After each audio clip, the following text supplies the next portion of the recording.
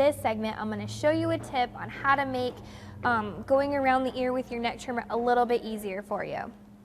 So when cutting men's hair, I'm sure you've heard of giving them white walls, or actually, you know, taking the hair up around the ear line just a little bit too high. So a tip that I have is when you're using your neck trimmers, you want to go ahead and you want to, again, pull the ear down.